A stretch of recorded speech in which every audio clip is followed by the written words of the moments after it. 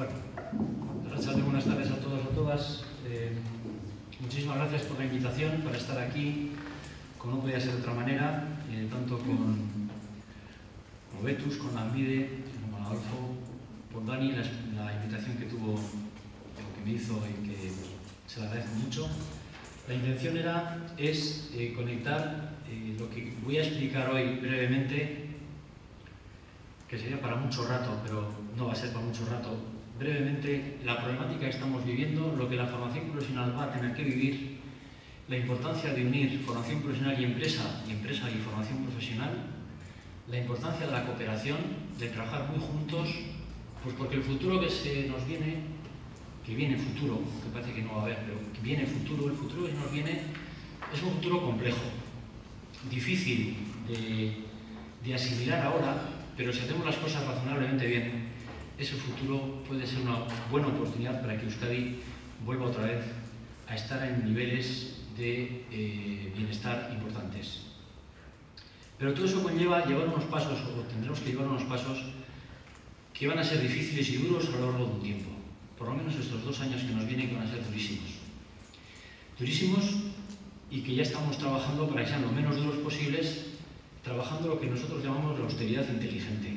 Es decir, hay problemas económicos porque estamos viendo una crisis enorme, crisis que nos está tapando lo que yo he puesto aquí.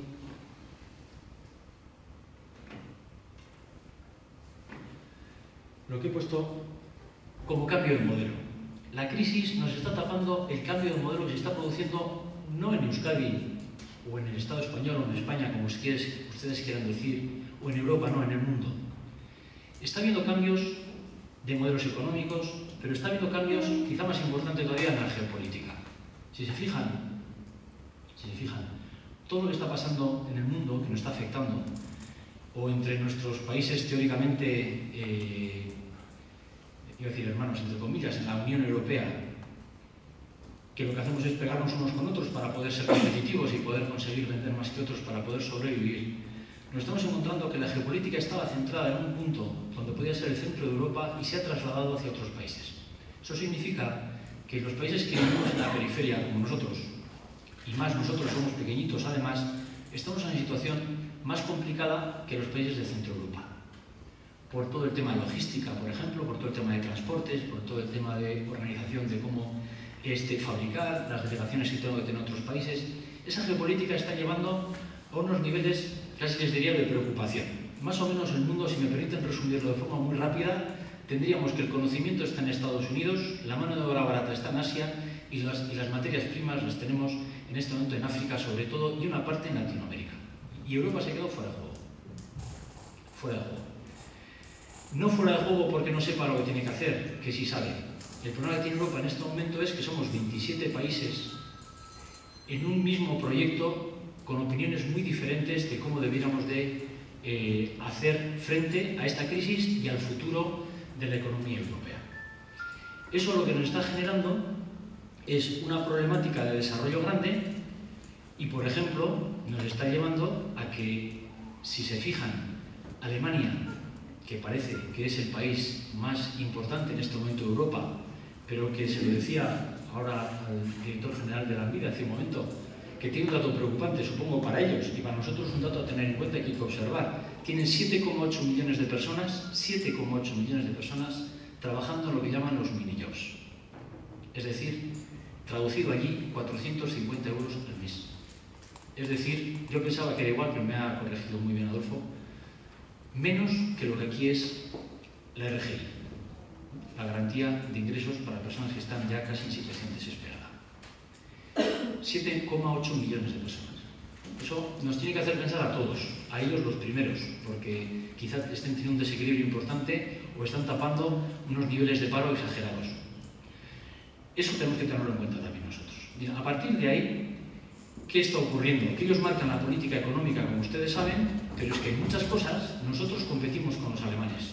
¿Qué le puede interesar a Alemania en gran medida? Quitarnos competitividad, ponernos las cosas difíciles. Le voy a decir algo que ha dicho hoy la presidenta Merkel, que también nos tiene que hacer, por lo menos estar atentos. Ha dicho que ella quiere, como dice ella, Alemania quiere un euro fuerte. está bien, un euro fuerte. A pesar de que haya países como España, textual, que hayan hecho grandes esfuerzos para poder sobrevivir a esta crisis y que esos esfuerzos se diluyan, textual también, como la nieve con el agua y el sol. Ese mensaje no debe decir, eso ya la interpretación para ustedes, como para mí, ¿no? ¿Qué significa eso de que el esfuerzo que hemos hecho o se está haciendo en el Estado se nos va a diluir ahora como la nieve al sol o la nieve con la lluvia? ¿Qué ha querido decir? Pues ha querido decir, entiendo, que ellos quieren un euro fuerte porque les viene bien, pero a nosotros, en concreto aquí en Euskadi, nos genera un mayor problema de competitividad. Importante, muy importante. Por los precios de las materias primas, por los precios cuando queramos vender nuestros productos. ¿Y qué les voy a contar a las personas que tengan aquí una empresa, o estén aquí, que sean empresarios o empresarias que lo conozcan todavía mejor que yo? Por lo tanto, estamos yendo a un cambio de modelo, donde la competitividad va a ser enormemente grande, enormemente grande. Y algo tenemos que buscar nosotros, diferenciarnos, ser mejor que otros, para poder vender más que otros, y que nuestro país sea competitivo, tengamos ingresos, que es lo que en este momento nos falta, generemos actividad, tengamos ingresos, generemos empleo y el bienestar vuelva a circular de una forma normalizada. Por lo tanto, cambio de modelo, incertidumbre, que es incomodísima, pero que nos tenemos que adecuar. Va a haber incertidumbre a lo largo del tiempo por esa inmediatez en la que se ha convertido nuestro día a día. La economía es una inmediatez. Resulta que se levanta con mal pie, no sé qué persona dice no sé qué cosa y automáticamente cae la bolsa no sé cuánto y sube la prima de riesgo no sé cuánto. Esas inmediateces, que es en la economía es normal, a lo que supone un sector productivo, a lo que supone un país, es un problema importante. Y a eso le tenemos que hacer frente. Y para eso nos tenemos que preparar, y por eso les pongo ahí que necesitamos ir hacia otra forma de ver y sobre todo a otra forma de entender. Porque el mundo está cambiando.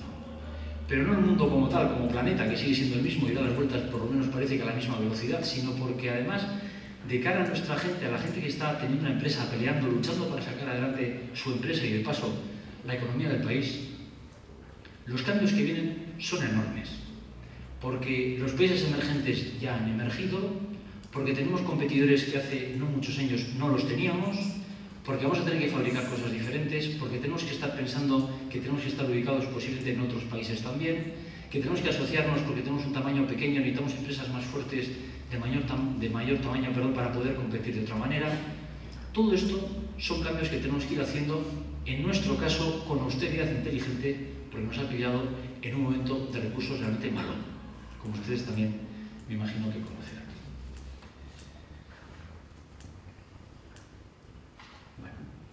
Yo, en 3 palabras, les diría, tenemos que resistir hoy, estos 2 años que nos vienen, sobre todo el 13, que es muy malo, el 14 esperemos que algo va a mejorar, el 15 ya parece que podríamos empezar a respirar algo mejor.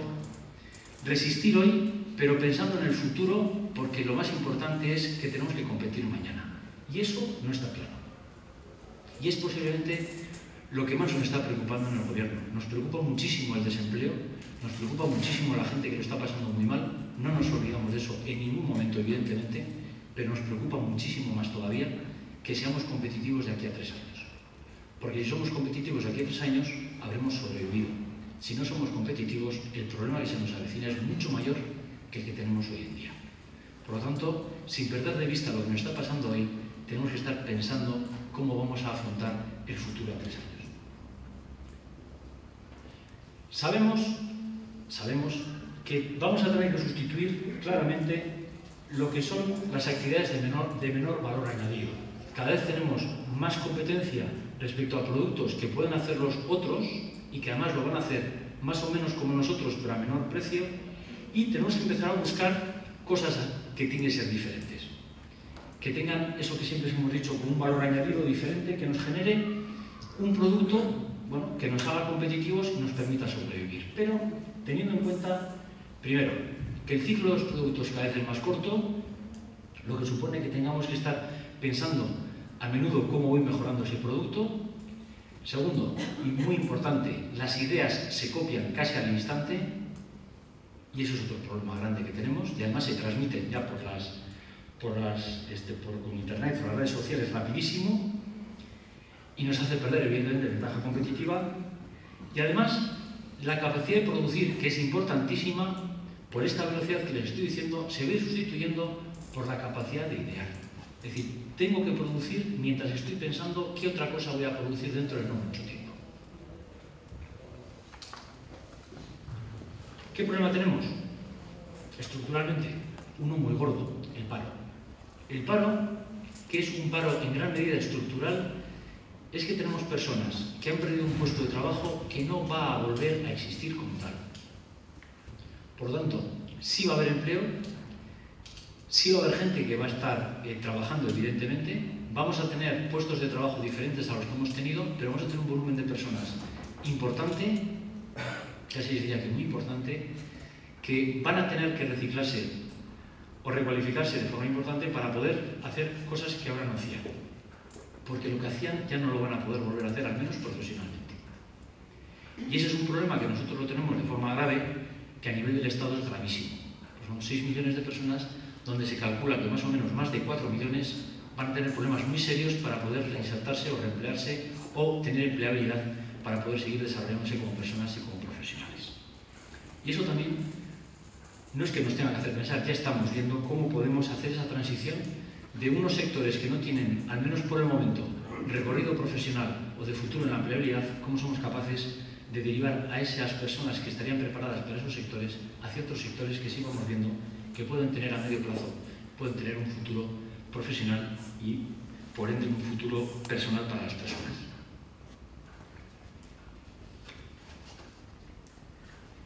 Y nos encontramos como país, como empresas, con dos posibles ventajas. Tenemos la ventaja comparativa o la ventaja competitiva. Generalmente, en gran medida todavía, muchas de las empresas vascas luchamos por ventaja comparativa. ¿Y a qué me refiero? Pues me estoy refiriendo a esto. Producimos a un precio razonable, con una calidad buena, y voy vendiendo. Van pasando los años, voy mejorando en alguna cosa, pero generalmente sigo vendiendo ese producto como lo hacía también casi en antaño. Y hay muchas empresas, más de las que ustedes piensan, muchas empresas que llevan trabajando sobre ventaja comparativa durante muchos años. Sin embargo, nos encontramos que la necesidad actual es la ventaja competitiva. Y la ventaja competitiva cambia porque tenemos que hacer cosas que otros no hacen o tenemos que hacer las cosas mejor que como lo hacen nosotros, ¿no? Lo hacen los demás. Y eso supone que tenemos que darle un valor a lo que hacemos diferente a lo que hacíamos antes.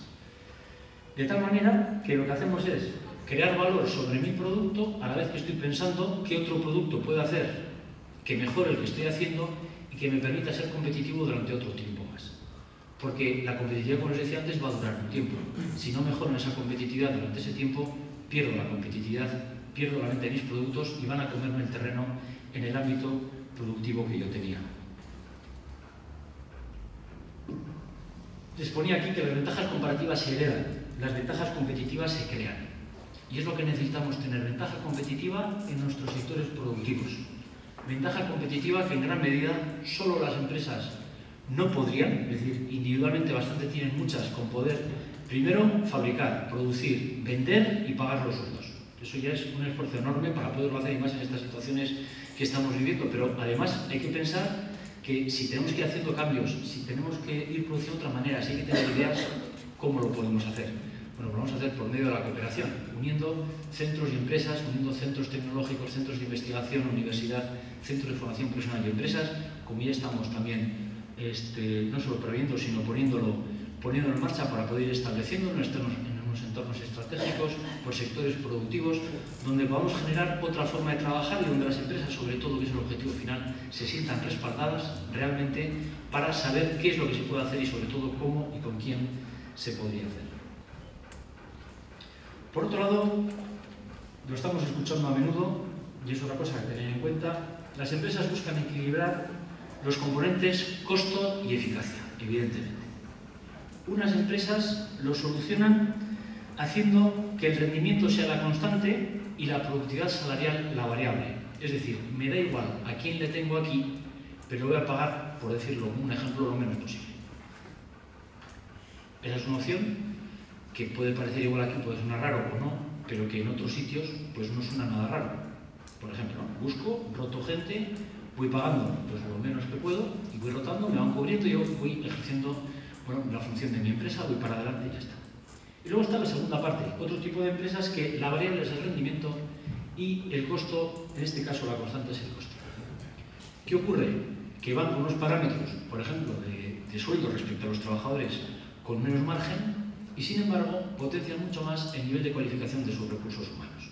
Entonces, su competitividad va más dirigida a la formación que tiene al capital intelectual de la empresa y al capital humano respecto a la cualificación que tiene referida al proceso productivo al que la persona pues, esté unida. Y esto es lo que va a dar, sin lugar a dudas, va a generar mayor futuro para las empresas, aunque a corto pueda parecer que tengo que ahorrar costes sea como sea.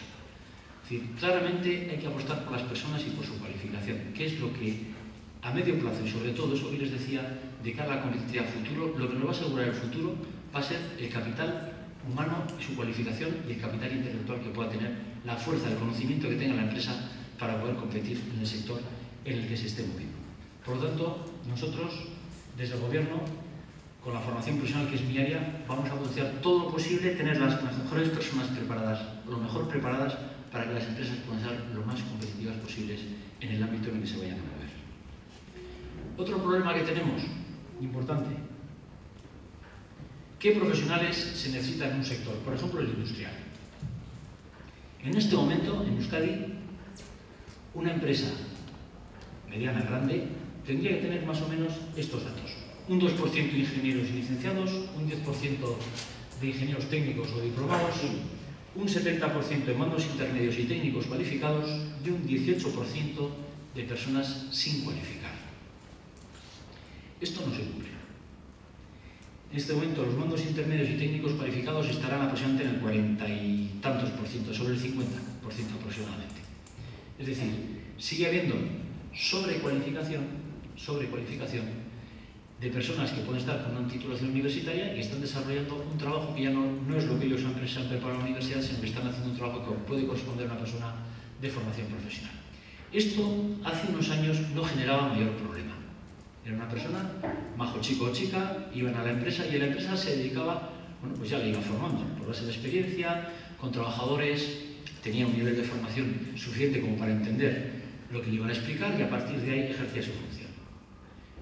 Una de las cosas que ya nos van trasladando y desde muchos sectores diferentes es que las empresas ya no pueden estar en gran medida preocupándose del nivel de cualificación de las personas que llegan al puesto de trabajo. Si antes podían llegar con un 50 o un 60% de lo que la empresa podría necesitar, ahora tienen que llegar con el 90 al 95% de lo que esa empresa necesita al día siguiente cuando esta persona se ponga a trabajar en su puesto de trabajo. Y eso cambia mucho, porque ya no vale cualquiera para el puesto. Y eso nos genera un problema importante de elección a nivel social, cuando una persona va a elegir qué va a estudiar, nuestros hijos, sus hijas, sus hijos, o una persona cualquiera que quiera elegir un estudio, ¿qué elige? Podríamos ver la cantidad de carreras universitarias que dan un gran nivel cultural a una persona, pero que para profesionalizarse casi les diría que es casi imposible. ¿Qué tenemos que primar? ¿Lo que una persona quiere estudiar o lo que la sociedad necesita que las personas hagan para que luego pueda desarrollarse profesionalmente en un sector productivo que es la que va a generar riqueza a la sociedad?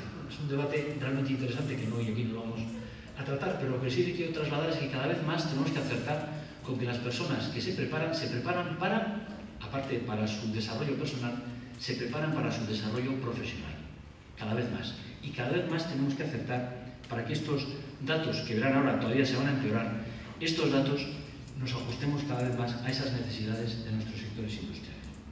Porque si se fijan, yo no sé si verán, si más o menos. Estos son dos datos del año pasado, principios de 2011, desajustes del mercado de trabajo, en este caso sobre titulaciones universitarias. En Noruega, el 80% de los estudiantes se ajustan a las necesidades del mercado de trabajo respecto a lo que es los estudios universitarios. Si bajan a Noruega, pueden verlo ustedes ahí un momento, si bajan abajo del todo, verán que pone España. Si Noruega está en el 80% del empleo ajustado, España está en el 53%. Si Noruega está en el 12% de subempleo, de personas que están por debajo de su cualificación en el empleo están desarrollándose, en España está en el 26%. Y el sin empleo, en España desgraciadamente ya ese 21 habría subido también.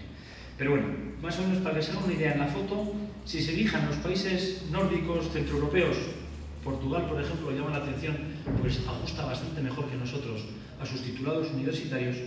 Verán que si con la diapositiva anterior del sector industrial, con esta diapositiva, verán que no se ajusta casi en nada. Pero si les pongo esta, verán que todavía se ajusta menos. Estos son los datos que ha pasado la Unión Europea y que los tenemos para ir trabajando como objetivo a conseguir, pues en ese 2020, que en teoría, si las cosas, y esperemos que así sean, en Euskadi mejoran en los planteamientos y en los tiempos que se esperan, en 2017 o 2018 en Euskadi estos datos ya los necesitaríamos y posiblemente, en lugar de un 14% de grados, que saben que es la nueva titulación universitaria a partir de Bolonia que tenemos en el sistema educativo, ese 76% que ha subido 6 puntos respecto a la diapositiva anterior que les he puesto, de mandos intermedios y técnicos cualificados, va a subir todavía 2 puntos más. En Euskadi posiblemente sea un 78 y ese 14 se convierte en un 16 porque el 10% de personas sin cualificar en el sector industrial en el País Vasco, por los sectores en los que nos vamos a mover, van a dar aproximadamente entre el 6 y el 7% como máximo. Es decir, las personas que no tengan ninguna cualificación, vamos a tener un problema muy importante con ello. Y eso es un problema que nosotros, como sistema educativo y en concreto en mi área como formación profesional, estamos muy atentos para ver cómo nos solventamos de la forma mejor posible. Por lo tanto, la competitividad, la nuestra, sin lugar a dudas, nos la vamos a jugar en gran medida con los mandos intermedios y los técnicos cualificados, es decir, con las personas que han cursado o cursan la formación profesional, en gran medida. De ahí la importancia de las personas que estén aquí conmigo, que como yo somos profesores o profesoras de formación profesional o personas directivas de los centros, la importancia capital que tiene de que nuestro trabajo lo hagamos y lo hagamos además muy bien. Porque aunque puede parecer una paradoja, también sabemos, y en algún sector ya lo estamos analizando despacio, sabemos que en 2-3 años, más bien 3 desgraciadamente que en 2, nos va a faltar personas para cubrir puestos de trabajo que va a haber. Y sin embargo vamos a tener personas sin trabajar que no pueden ocupar esos puestos de trabajo. Son puestos de trabajo de cualificación importante o de alta cualificación y que, bueno, pues no vamos a tener personas porque en formación profesional no tenemos personas físicas estudiando esos ciclos formativos, que necesitaríamos que hubiera más gente estudiando en ellos. Además tenemos en la población vasca un alto nivel de envejecimiento, es decir, que a lo largo de no muchos años, muchos de los que estamos trabajando, pues nos vamos a ir jubilando. Y el problema añadido que tenemos es que las personas que sustituyan a esas personas que se van a jubilar, que tienen una gran experiencia, no podemos estar demasiado tiempo con que una persona que entre a un puesto de trabajo de otra que tiene mucha experiencia, entre con mucha menor experiencia de la persona que ha salido. Es decir, que tenemos que buscar un equilibrio entre la persona o el conocimiento de la persona que sale con el conocimiento de la persona que entra, para que las empresas noten de la menor forma posible el impacto del cambio de nivel de conocimiento que pueda tener dentro de lo que son sus recursos humanos. Por lo tanto, y voy terminando, el empleo para nosotros es una obsesión.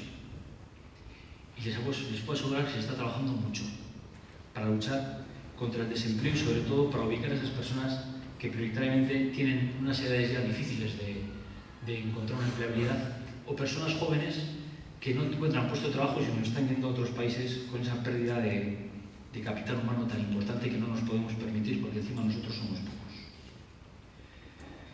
Segunda cosa importante, no es lo mismo estar bien formado para poder hacer que estar preparado para saber hacer. Nosotros, en este breve planteamiento que les he hecho muy rápido de lo que necesitamos lo segundo. Estar bien formados no nos vale. Necesitamos estar bien preparados para saber hacer. Y esto es lo que para nosotros es un objetivo importantísimo dentro de lo que es la formación profesional y que lo hemos puesto como un objetivo pues, prioritario. Les decía que el empleo es nuestra obsesión y la ventaja competitiva nuestra supervivencia. Por lo tanto, estamos, sin olvidarnos de lo que está ocurriendo con el desempleo y le estamos poniendo realmente fuerza y ganas para ver cómo lo solventamos, estamos trabajando pensando sobre todo en esa ventaja competitiva que necesitamos, en esa supervivencia que va a hacer que podamos seguir funcionando y trabajando y viviendo con al menos niveles razonables o los mejores posibles de bienestar social. Pero claro, esos grandes cambios que vamos a necesitar en la forma de hacer, en la forma de ser, que les decía, en la forma de pensar, en la forma de trabajar, necesitan flexibilidad y sobre todo necesitan anticipación.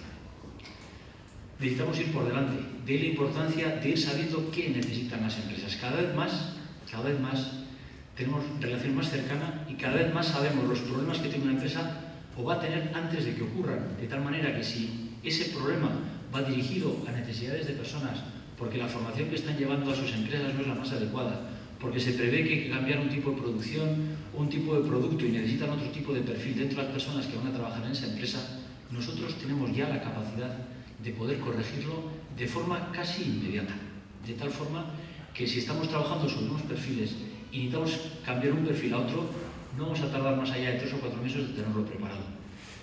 De tal manera que una empresa que esté ya detectando una necesidad concreta, nosotros desde la formación profesional le podríamos dar soluciones concretas a problemas concretos de una empresa específica para trabajar una producción diferente o un producto diferente.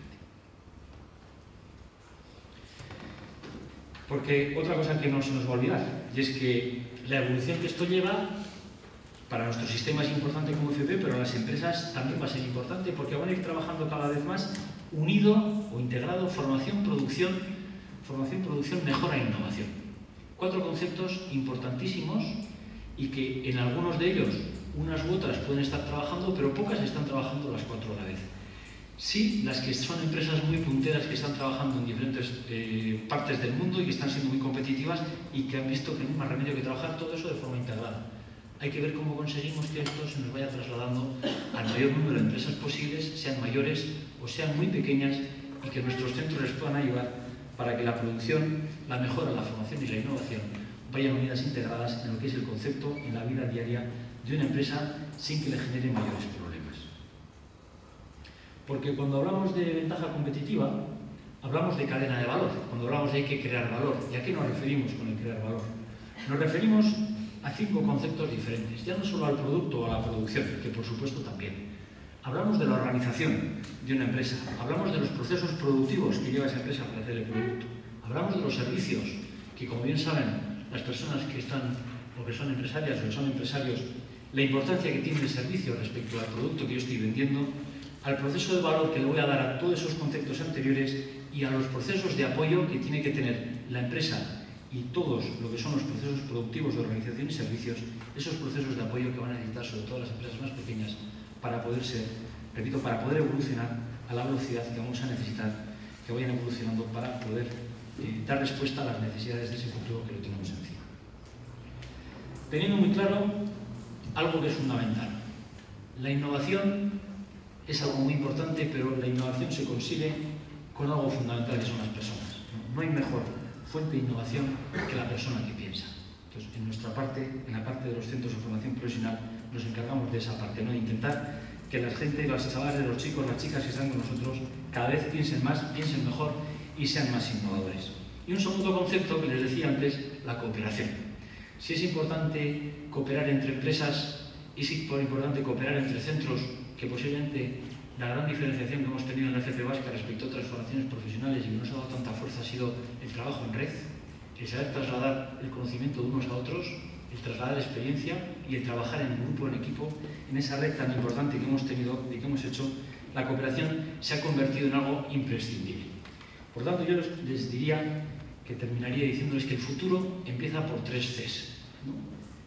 Que son cooperar, compartir y coordinarse. Nosotros, como formación profesional, a las empresas que estén aquí, queremos cooperar con ustedes, necesitamos cooperar con ustedes para aprender, evidentemente, y para saber hacia dónde tenemos que ir dirigiéndonos.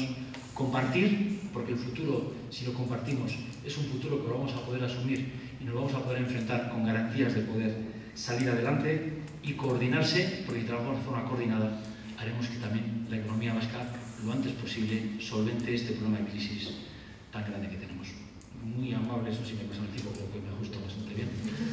Yo aquí, pero bueno, muy amables, muchísimas gracias por invitarme y por estar aquí conmigo. Hasta